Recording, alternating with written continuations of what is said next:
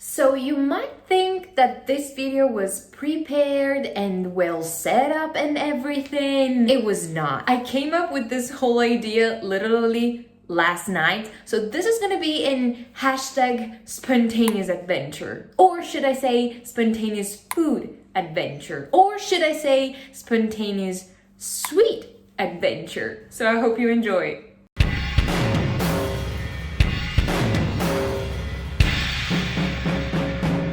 Hello everyone, this is Barbs. Today is the 25th of February, it is a Friday, and I am about to do some experiments. So I thought it would be fun to do them together. To give you a little bit of context, in 2 days, so next Sunday on the 27th, is gonna be my dad's birthday. And my mom and I have it all figured out. We know what present to get him, we know how we want to celebrate it, we're gonna take him to Tuscany, we're gonna have a food trip together. But because I'm going back home tomorrow and I'm going back by train, and because my dad's gonna be there at the train station to actually get me from the train station to my house, I would like to gift him with a little something as soon as I get off the train. You know, to have that little ta-da! I don't want to give him a physical present. I want to do something more food oriented, but at the same time I don't want to bake a whole birthday cake because tomorrow's not even his birthday. So I thought of something smaller. Small pastry here in Italy is a real thing, and you notice that as soon as you enter any bakery shop. We have tons and tons of versions of what we call pastine and pasticcini. A pastina is usually something that has cream in the inside, or anyway that has a creamy texture. On the other hand, a pasticcino is something that looks like a biscuit, or that's very similar to a biscuit. So what I want to do right now is I want to create our own special kind of pastina, something that could give you the same vibes but that can be bought. While I was thinking of a possible game plan, I remembered that one of my dad's favorite cakes is ZUPPA INGLESE. Look, if you want the literal translation of those two words taken completely out of context, is English soup.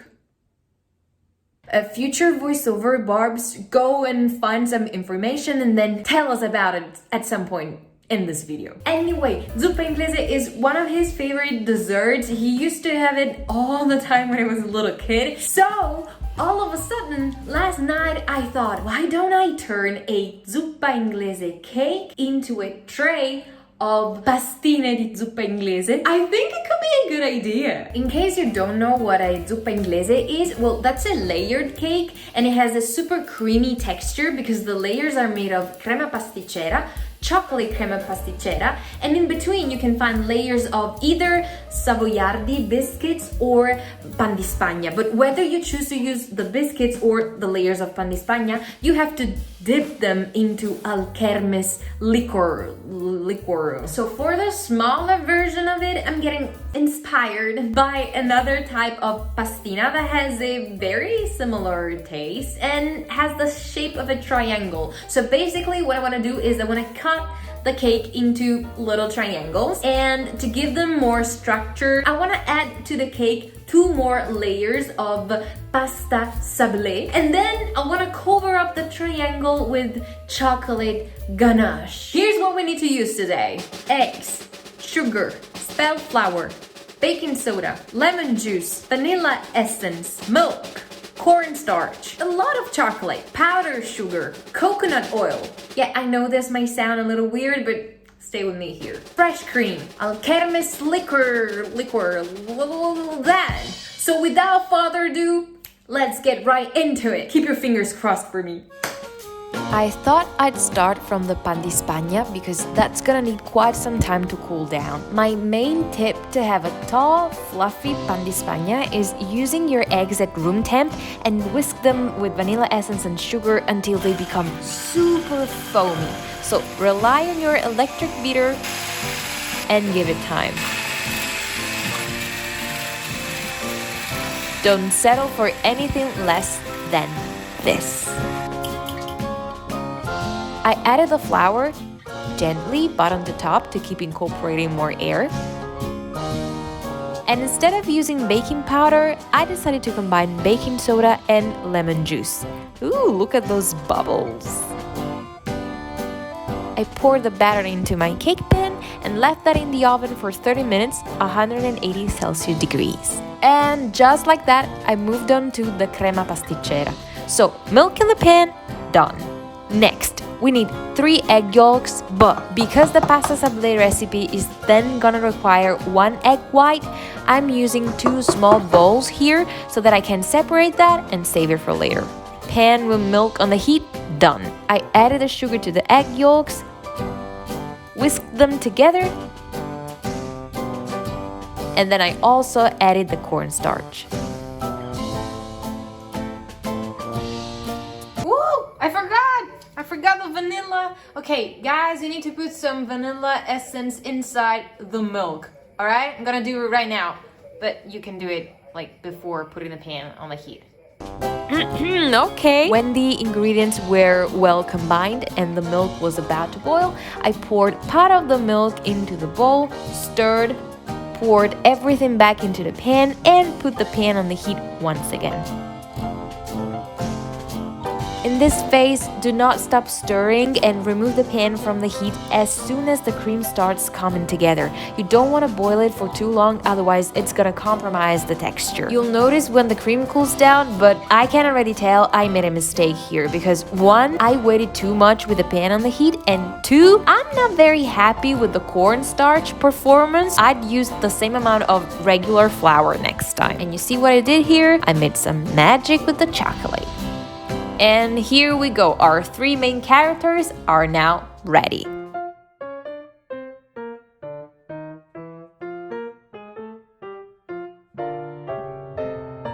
Next step, pasta sablé.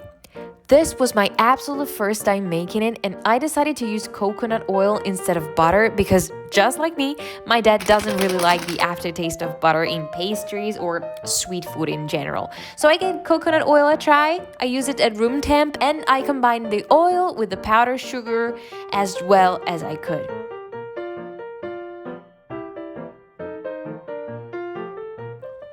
Then I added the flour and did the same with that.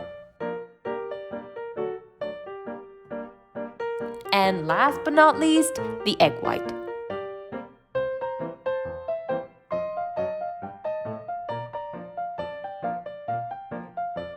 So we now have a dough to knead and then roll out.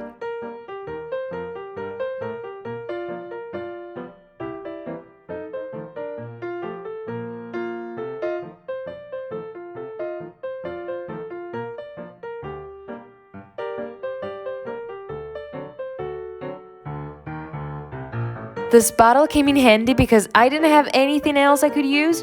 But yeah, I'd like to say that maybe it would have been better if I'd left the dough in the fridge for a little while so that the coconut oil could solidify again.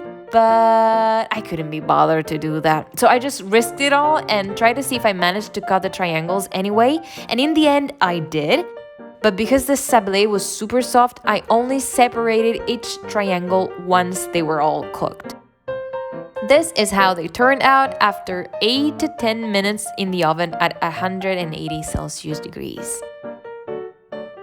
While you watch me get everything ready to put together our pastine, let me tell you that zuppa inglese is such a popular dessert in Italy. I guess together with tiramisu is one of the most iconic. Its origins are almost unknown. Anyway, there are many versions, and the most credited is the one that says that the dessert was invented in Emilia-Romagna and it was called zuppa inglese, either because the alcoholic element was originally rum, so what the English Navy used to drink, or because it really looked like the English trifle dessert. So yeah, they decided to name it after that.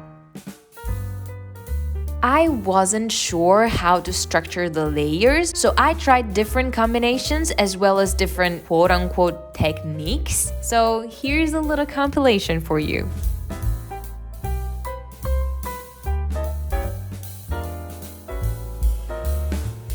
On to the next one.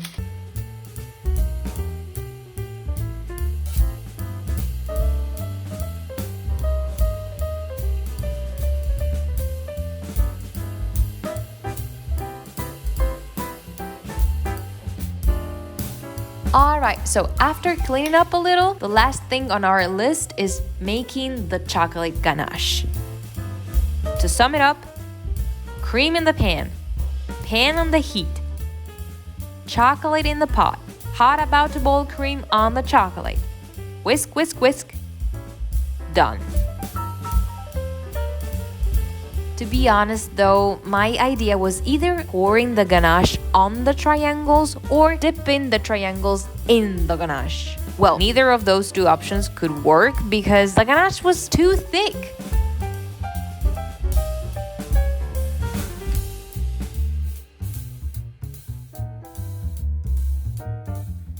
Okay, guys, so, I put our babies in the fridge, and now I actually have to go out, so we'll see each other in the morning to check out together if we can define this experiment a success or a big failure.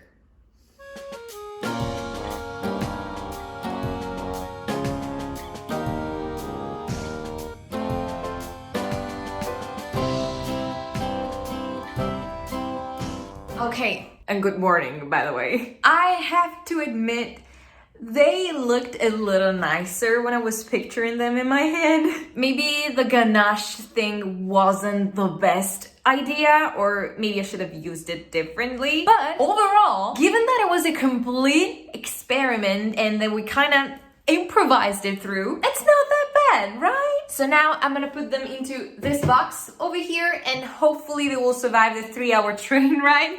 And then all there's left to do is wait for my dad's review. And mine as well, of course. So keep watching because I'm gonna put that straight after this clip. And in the meantime, I wanted to thank you guys so much for sticking around and joining me on this creative kind of last minute adventure. I hope you had fun. I really enjoyed baking with you, and also it was my very first time actually baking something in this new apartment, so cool. So once again, thank you guys so much for watching, and I'll check you guys next time.